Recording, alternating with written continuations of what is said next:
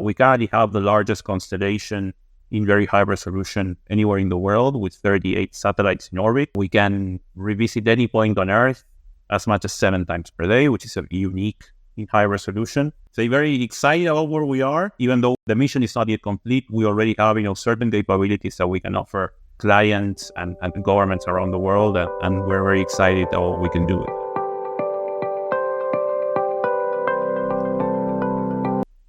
New space is fast becoming the definition of the modern space race, with private sector responsible for some of the most advanced technologies in the space industry today. The new space race is seeing the proliferation of huge constellations of micro and nano satellites, all ultimately aiming at state-of-the-art sensing capabilities and, of course, global coverage. A prominent leader in this race is Satellogic, a leader in the development of micro-satellite constellations and missions. In today's episode, we will learn from Satellogic's Strategic Business Development Director, David Raskovan, a bit about what goes into manufacturing these satellites, allowing for the creation of submeter resolution multispectral imagery priced as low as $3 per square kilometer. We will also be getting into details of Satellogic's space systems offering, which promises clients highly customizable satellite systems, including technology and knowledge transfer, for less than $10 million a mission.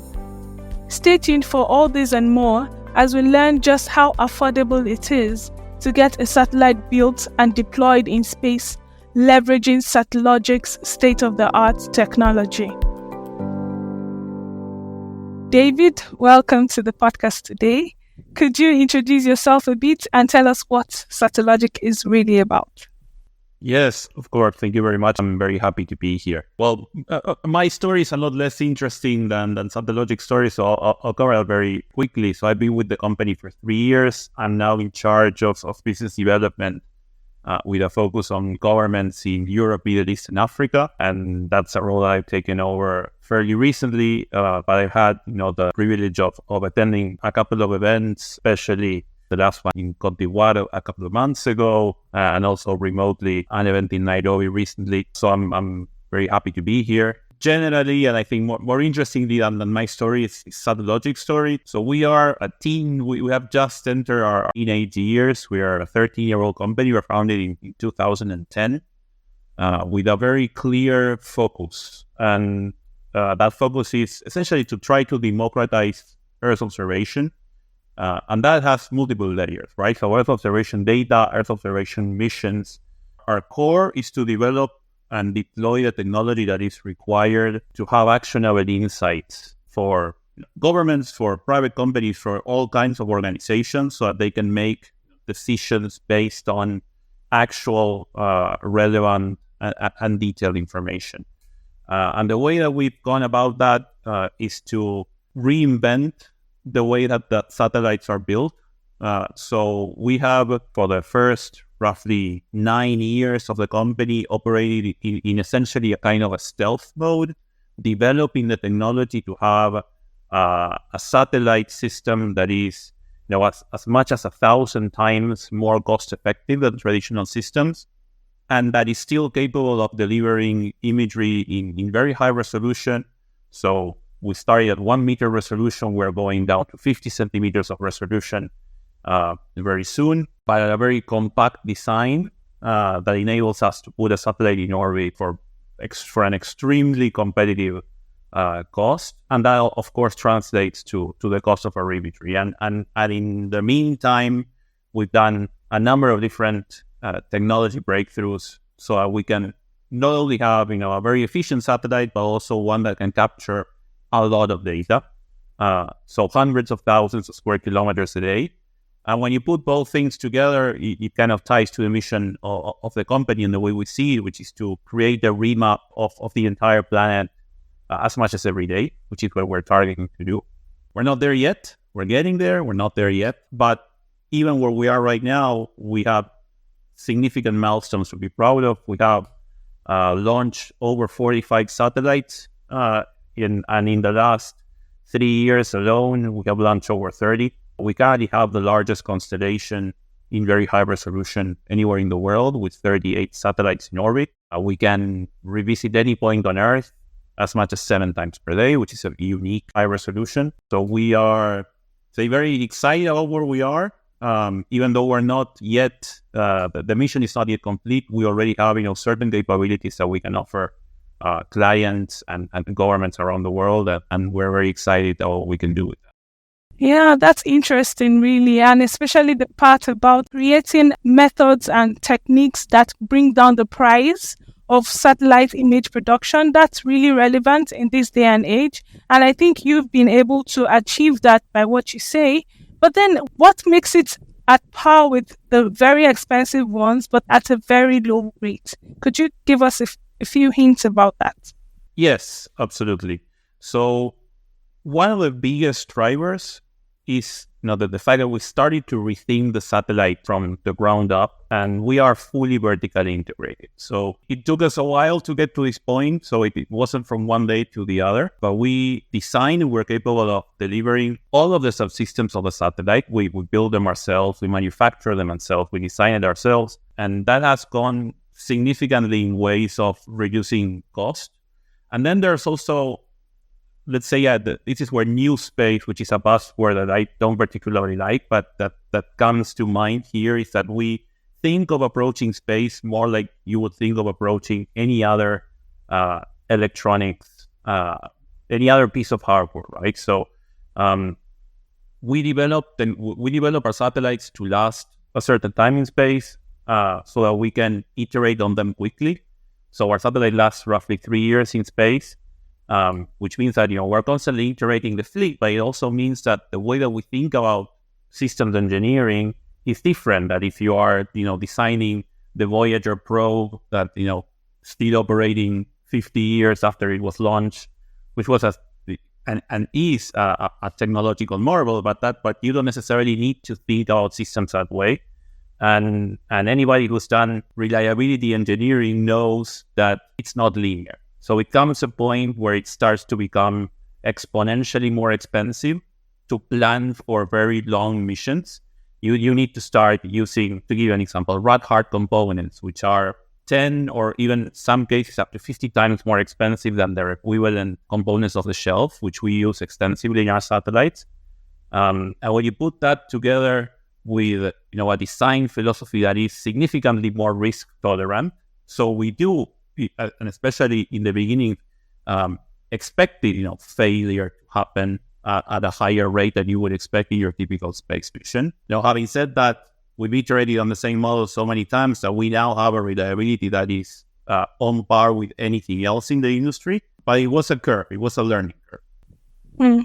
That's interesting to know. And with all this, some of the gays are having some of the most affordable submeter resolution imagery for sale, as well as the space systems. Now, coming across the space systems, it was quite fascinating for me because we know the price of the major satellite systems, and we know why some not as advanced countries cannot afford these types of, because the space race, everyone wants to get on it, but not everybody can afford it. Now, the space systems sounds like something that can actually help others to afford being part of the space race. Now, it's interesting that with just $10 million, you say that countries or organizations or individuals even can have their own satellites in orbit and they can control it. This is a huge, deal for me. And, coming from sub-Saharan Africa, it looks like something that a lot of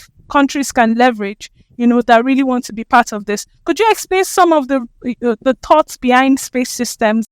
And definitely we'll go into a bit of details about what exactly it is and what it entails. But what was the thought behind it? Yeah.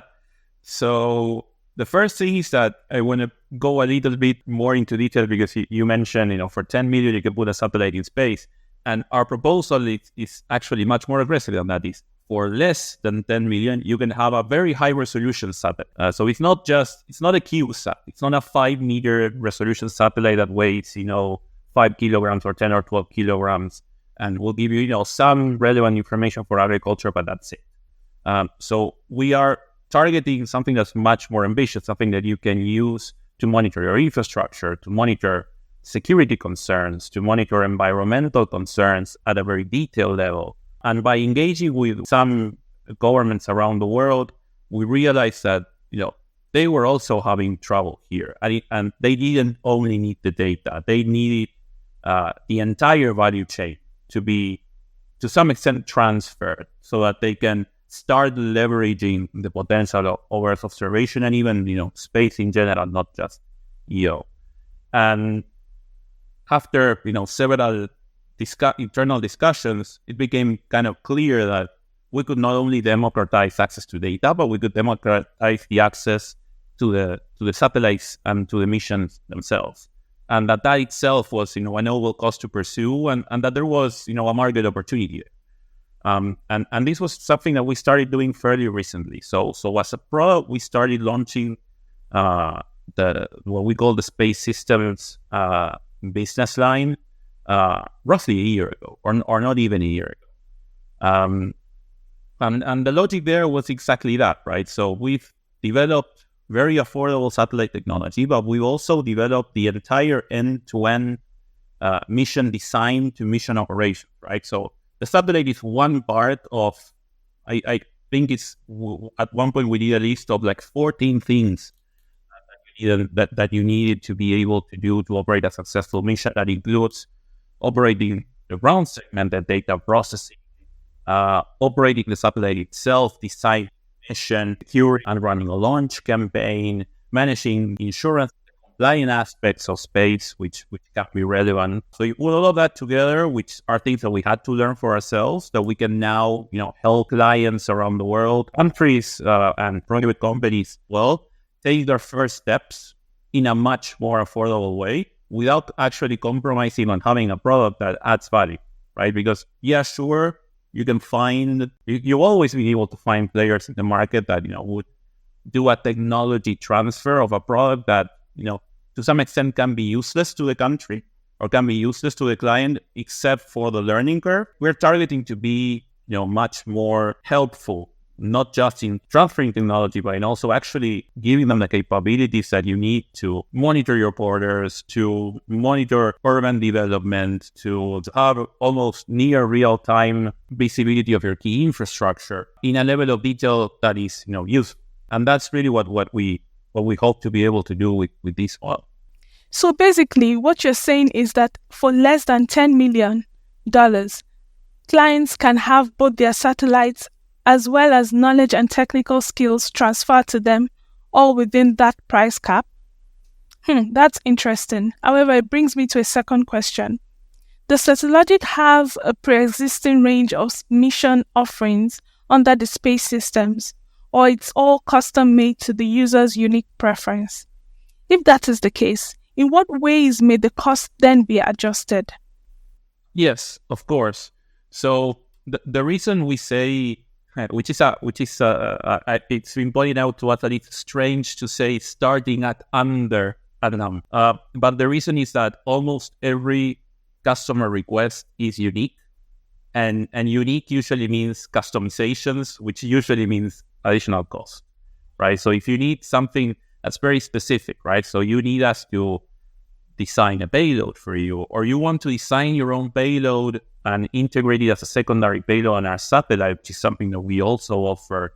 Or you want a specific concept of operations. For example, if you're a country near the equator and you want an inclined orbit, which will come with a more expensive launch. So all of that comes to being very difficult to kind of just put in the market and say, price starts as low as this, and give an expectation, because usually clients will offer many different things. So we wanted to give a realistic, a conservative approach. But having said that, it is possible that a mission, even a high resolution mission like the ones that we offer, could cost significantly less. And that comes to a number of different variables, right? So if there's already an existing ground segment that can be consumed, if there's a processing architecture, then you can use that wouldn't consume, for example, cloud or wouldn't have other forms of consumption. If you are thinking of a standard launch in, sun synchronous orbit that comes with usually more affordable rideshare options. So the closer that you come to a standard mission, the cheaper it becomes. But in many cases,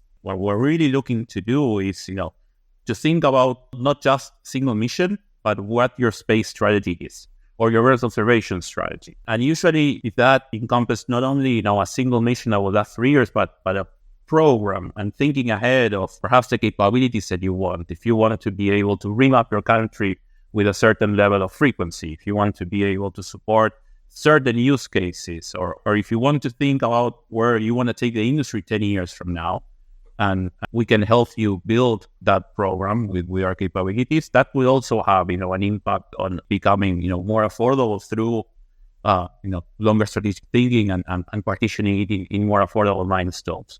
So in that case, I think that it's important to just know that we can work with a customer, we can work with governments to fit generally any budget, and we'll be, as transparent as we can about what the realities of that budget will enable you. Hopefully, there's something that can be done both short term, but also, thinking about how to integrate long term with the space industry globally. Yeah, definitely. And I understand that space systems is a new concept for Satellogic, but just curious to know if there are any use cases from existing clients already that you would like to share with listeners to help us fully grasp the capabilities of these systems. Yeah. So because we launched this product line fairly recently, and we're working almost with a very strong focus on governments, most of what we're currently doing is confidential, so we can't comment on that. We are working, to give you an example of something that is publicly known, we have been working for a while with the government of Opeyemi. It's not exactly space systems, it's a little bit of a different model that we call constellation as a service, which we can go into, but I think it goes beyond the point. But what they are doing with the satellites is really the interesting thing. So you get it. So they are essentially getting the first land cover map in high resolution that they've ever had. We're also deploying, use cases there that range around, the secure monitor of borders. We are supporting different agricultural projects for the government as well. So there are many things that, the client is doing, some of which we are helping them do, and some of which they already knew that they wanted to do, and they had, the people for it, and they just need the data. And do owners ever get full autonomy? And I ask this because, there's a wealth of information out there of, countries that can afford the large systems that outsource the satellite manufacture and operation to outside firms, and then they cannot sustain it afterwards because maybe there's a falling out.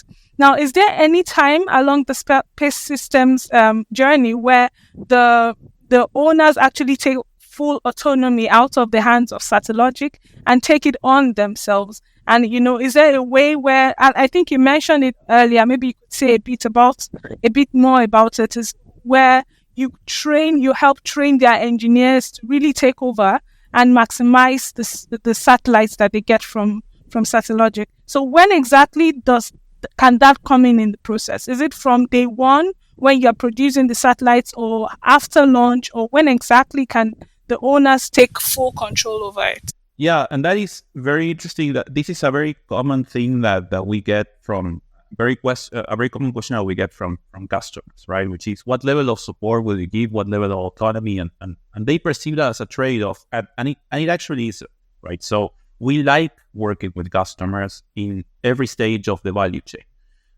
But of course, not every stage of the value chain can be transferred at the same time, because you need, it took us, almost a decade to develop all of the technology that we have.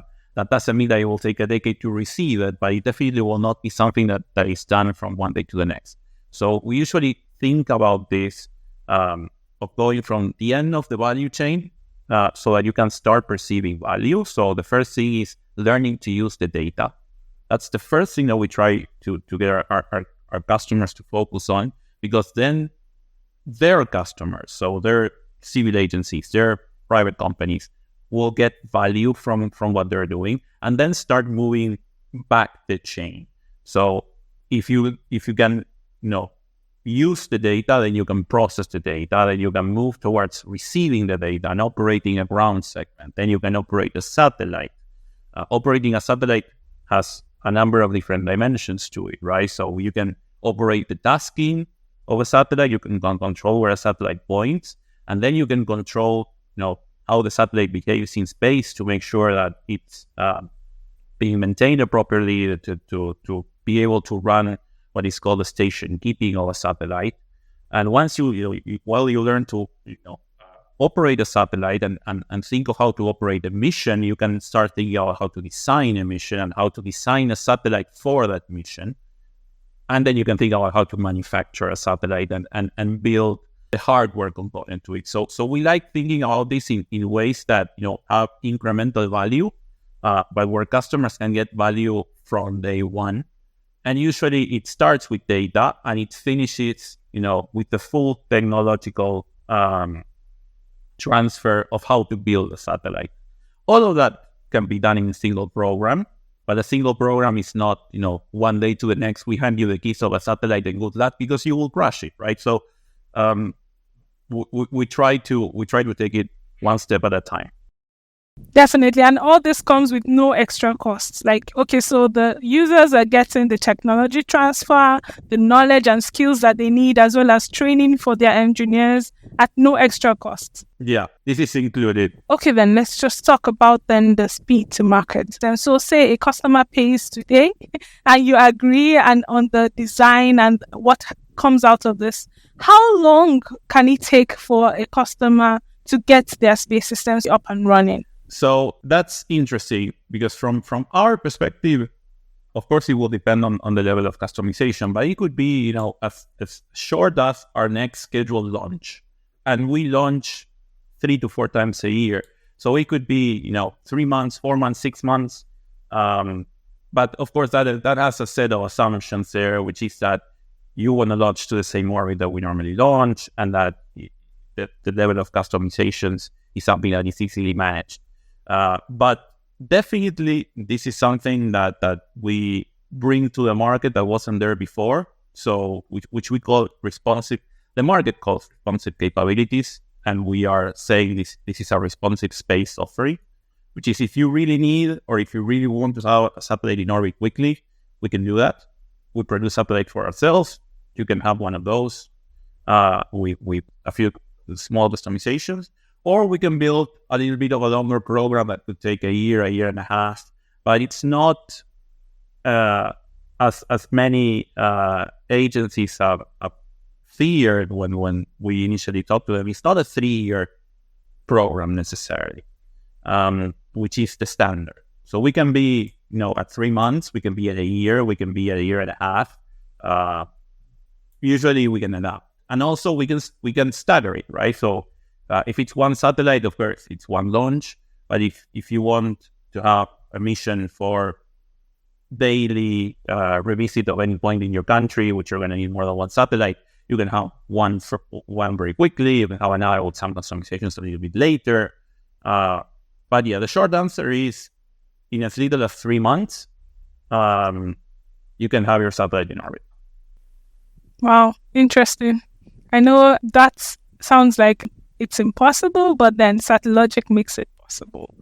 Moving away from space systems now and into Satellogic's constellations and data offerings. So you said that, they have this lifespan of about 3 years.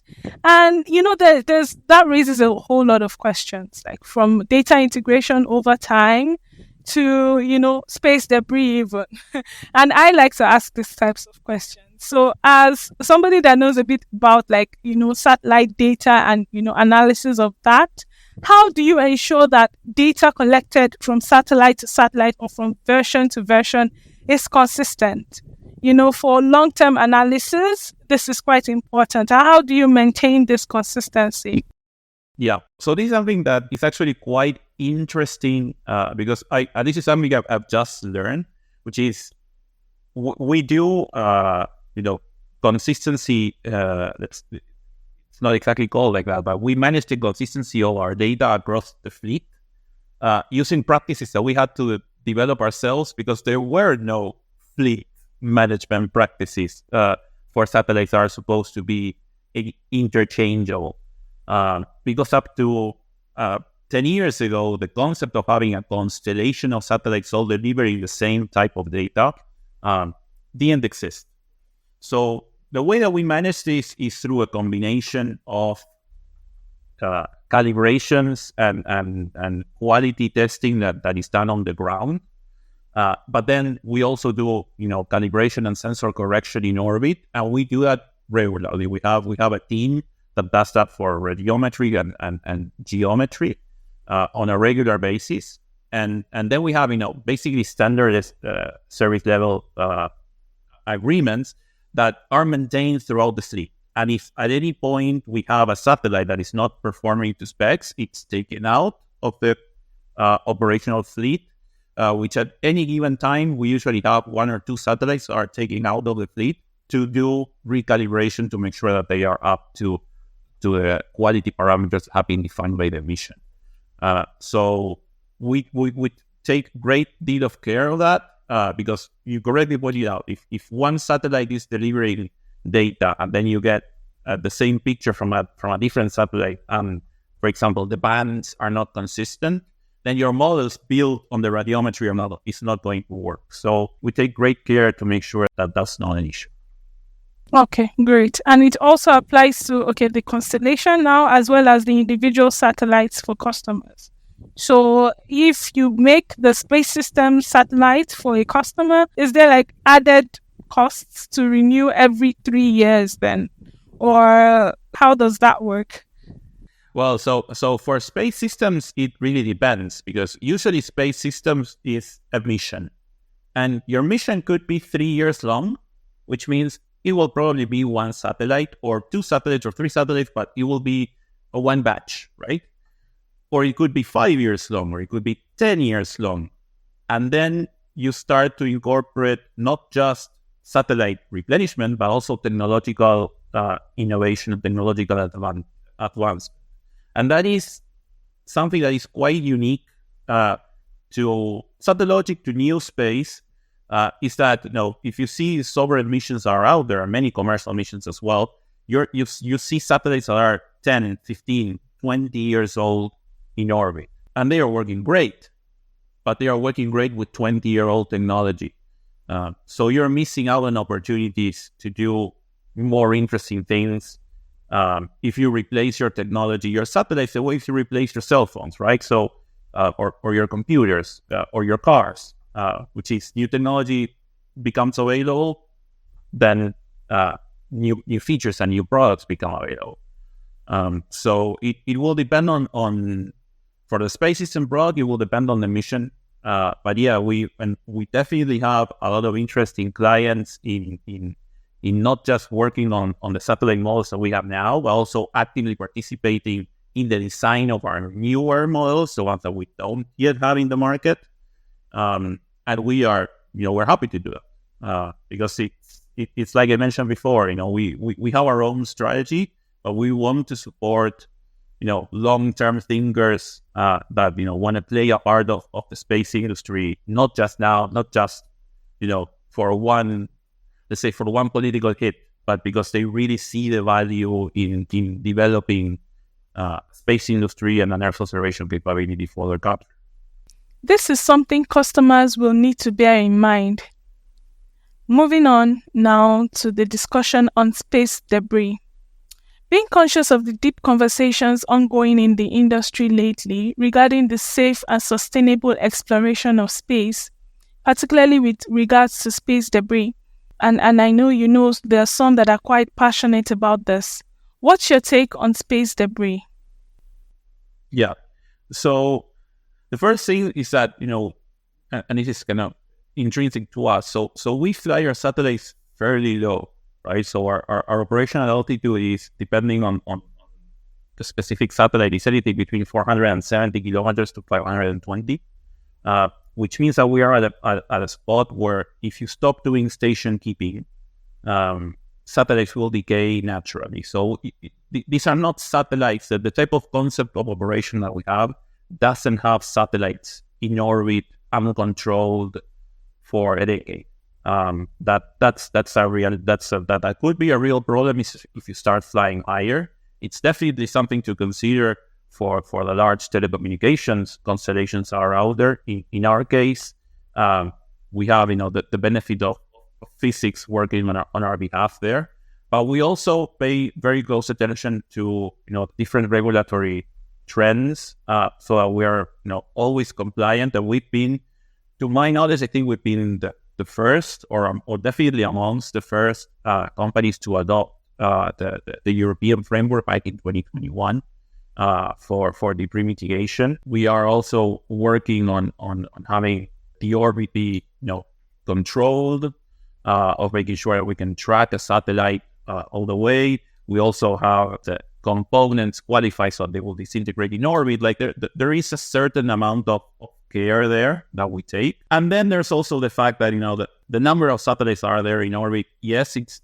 growing very fast and it's potentially problematic, but it's also important also to consider that space is very big, right? So there's a problem if nothing is done, but there's a lot of things that are being done, not just by Satellogic, but by the industry as a whole, to make sure that access to space is not impaired in the future by collisions or any other type of situations that could really create a chain reaction. So there are many things that are being done, and it's also important not to create an idea of a panic that space will become inaccessible for the future generations. That's not a realistic scenario at this point, and I think that's also an important point to note. Yeah, and then we can now go on into your existing offerings. So I'm quite excited about having on the show a satellite provider that builds constellations. This is something that's a bit of a buzzword. It's still sort of new in the satellite and Earth observation industry. So I just want to ask a few questions, related to the constellation that you currently have now. If I may ask, how many satellites currently do you have in operation, and how does the size of the constellation contribute to providing continuous coverage and ensuring reliable data delivery? Yeah. So the easy answer to that is we have 38 satellites operational in orbit. That's not to say that every day you have 38 satellites available for capture, because like I mentioned, there's always some satellites that are undergoing calibrations, or we might be running experiments. But 38 satellites we have a constant connection with. We are running things, we're taking pictures, we're taking video. So it's by far the largest high resolution constellation in the world already, and that creates some interesting opportunities. One very obvious one is the revisit rate. So any point on Earth that you are interested in monitoring, we can take many pictures of it a day at different times of the day, right? So depending on mostly your latitude, it can be up to 7, but if it's not 7, it might be 5 revisits a day, which is quite unique. And the other point that you mentioned is consistency and reliability. So here is where not just us, but any constellation approach, any systems approach to reliability will always be superior. Because even if one satellite is undergoing problem, whether we can fix it later or not, there's a satellite coming in that same plane, 2 or 3 minutes after. So that's kind of an advantage that we have. That's not exclusive to Satellogic, but it's part of the systems approach that I think is growing on the industry, right? There's been many very famous, failures in the industry of very large satellites that failed. We're talking multi-$100 million satellites that failed, and that had a direct impact on your product capabilities because there were 1 or 2 or 3 only available, and that's a big deal, right? So in our case, the way we think about it is reliability of product delivery, and on that we have public SLAs. We guarantee more than 90% of reliability. And we deliver on that consistently. And the reason is that, we just have a lot of satellites in orbit. Yeah, and that helps eventually. Yeah, and that's the selling point for constellations is that, like, if one spoils, you could just replace it with the next one in the constellation immediately. And then the fact that they are so small and you can launch regularly, like you mentioned, then you can always replace the ones that fail as soon as possible. So, talking about a bit about the data that you offer now. We've been saying consistently that you have one of the cheapest or most affordable submeter imagery on the market, as well as your hyperspectral imagery as well. Could you talk a bit about the current resolution that you have in terms of multispectral as well as hyperspectral data? Yeah. So for the multispectral, we have essentially two different product classes, which are 1 meter and 70 centimeter data. 99 centimeters of submeter and 70 centimeter data. Hyperspectral, we have all of our satellites, I believe, have a hyperspectral sensors. It's a secondary payload that is capable of capturing as much as 30 bands in 20 meters of resolution. Interesting. And can we talk a bit about the Mark 5 constellation? I think that's the latest one. That one, I think, also has same level of multispectral and hyperspectral you just mentioned as well. Any interesting things to note about Mark 5? I think the most interesting thing to note about Mark 5 is that it's the natural evolution of Mark 4, right? So we said, we innovate constantly, and we are a 13-year-old company, and we launched first some experimental satellites, and then we went to the new sat model, which is our standard model, which is roughly 40 to 50 kilograms. It had a 350 millimeter aperture telescope, which is, let's say, it's our workhorse right now.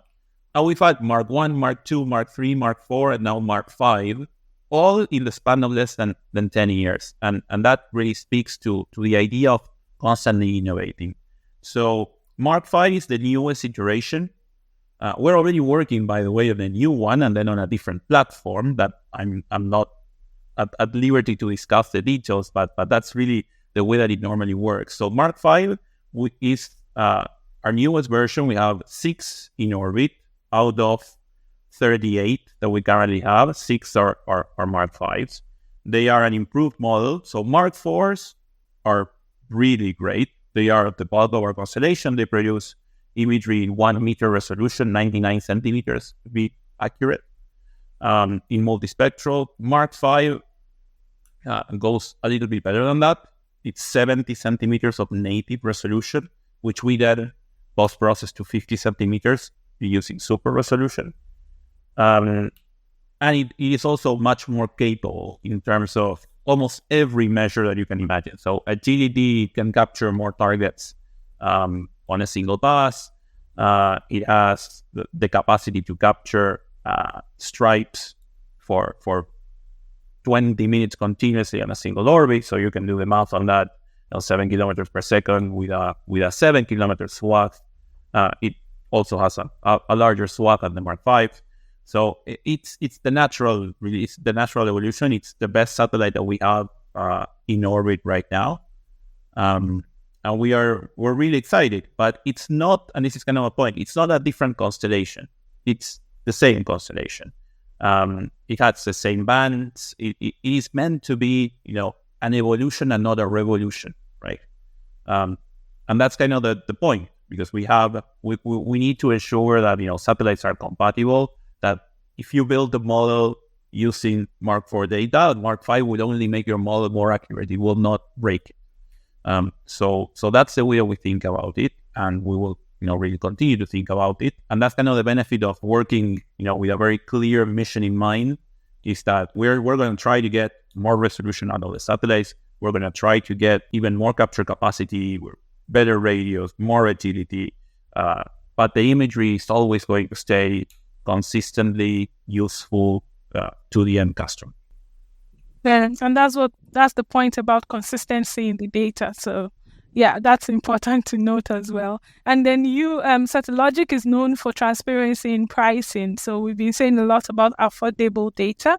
Can you say exactly how affordable it is? Because we kind of know the market rates for, very high resolution data now. And I think from what I heard, Satellogic offers a fraction of that. So could you say a bit about that then? Yeah, I actually can say everything about that because to my knowledge, I think we're the first, and I don't know if we're the only ones, but as up to 6 months ago, we were the only ones to release our price sheet to the public, and you can go to our website and you can look at it. So yeah, you can get data from Satellogic for as little as $3 per square kilometer. That data starts at 8. Of course, it can get even cheaper if you take some form of a commitment to a larger capture plan. And that's really the steps that we're taking. I love a phrase by Jeff Bezos that says that there are companies that, try to find a way to charge their customers more, and there are companies that try to find a way to charge their customers less. And we're always going to be on the second part of this, because even at $3 per square kilometer, that might not be useful if the minimum deliverable unit is as it currently is for us, and it's still a roadblock for some industries, 50 square kilometers, right? Because if you need just 1 hectare of land, you need to make sure that it gets even cheaper. And that's the path that we're in, and we will continue to be. So hopefully our pricing table will continue to be updated very frequently, and it will always be trending down. That's a great standard to have, and one that hopefully the industry as a whole can also leverage on. Now, moving on to the last topic for today's episode. As one of the pioneering companies in satellite industry, how has Satellogic managed to stay at the forefront of innovation and consistently improving on its satellite design and capabilities? And, initially you said also that you've been, working 10 years straight just on development. And what other factors have helped you to really stay at the forefront of innovation, especially? So I think we've been to somewhat of a change on the way that we've done that. So initially it was very clear, right? So the mission of the company was we need a affordable satellite that can capture a ton of imagery at submeter resolution. And for a long time, that was enough of a challenge. But now we've succeeded, and it's a very relevant question of how we do it. And we had to struggle to find an answer to that for a while. But really, the way to do that, the way that we are now focusing our efforts, is to put customers at the front seat, right? So before we had a product in the market, we just wanted to get it in the market, right? But now we have a lot of input from what our customers are telling us that they need. And we're trying to solve, for that, but not just for the customers we have, but for the customers that we know want data but can't afford it, or would be well served by the type of data that we know we can provide but aren't aware of it. So we're thinking anything from the needs of farmers in our own countries in Latin America or in Africa, to the needs of governments, both your traditional space powers, but also, more importantly, the needs of governments that are just taking the first steps into the space arena. We are trying to solve for their problems moving forward. And let me give you an example of how that manifests, right? So one thing that constantly keeps coming up is we want, let's say, higher resolution, or we want new bands. We want to use hyperspectral to do mining prospecting. We want to do different types of crop indexing of NDVI that we can't do unless you give us extra bands in the infrared. So we're always trying to put that at the forefront while keeping our DNA of just trying to solve for, let's say, for nifty problems, right? So doing one step at a time. It's always going to be a combination of thinking big with just being there and listening to what your clients are asking and solving for them. And really the way to balance that is more of an art than a science. Interesting. And I think you've been able to over time, and that's evident in the offerings that you have now, the constellation, the fact that you can build people and governments whole satellites for such an affordable rate. It's a testament to what that it's been working, basically, the methods, and hopefully it will continue to work for many, many more years. But then lastly, to cap off, As an Earth observation industry leader, and as the industry continues to evolve, what do you envision for the future of Earth observation in general and its impact on various industries and sectors, especially in Africa and sub-Saharan Africa? One way to focus on this is on thinking of how things will change, and another is to think of the things that really will not change. And that might sound obvious, but if you look at track record of any technology that has been adopted by the market, you see similar cycles, right? So as technology becomes more affordable, you start seeing more use, and that is something that has happened, but very slowly in Earth observation. It's only starting to pick up very recently, and there's still a lot to do. Also, an interesting thing is, and you see this across infrastructure. So, and this has happened in Africa before, with jumping from lacking of communications directly to cell phones and skipping parts of how infrastructure was built in the West with fixed landlines, right? And we are seeing a trend to that in Earth observation, right? So if there wasn't previously enough data because there was prohibitive cost to building the infrastructure for that data, when satellites cost $500 million, $1 billion to build, it's reasonable to think, and there are very clear trends of this happening with many countries in Africa like Egypt and Angola, Kenya, launching their own Earth observation missions, is that with these advancements in affordability, we are starting to see a similar leap. So it is reasonable to think that the first thing that will happen is for Africa to very quickly catch up to the state of the art, if not exceed it, on the use of new space Earth observation technology. And what exactly that will mean to the future is anyone's guess. I don't think I have a more clear vision on that anybody listening to the podcast will. But it is exciting, right? So it's very clear that there's going to be more data. It's going to be more affordable. And what use cases will come out of that? I mean, I can only hope to see what happens, really.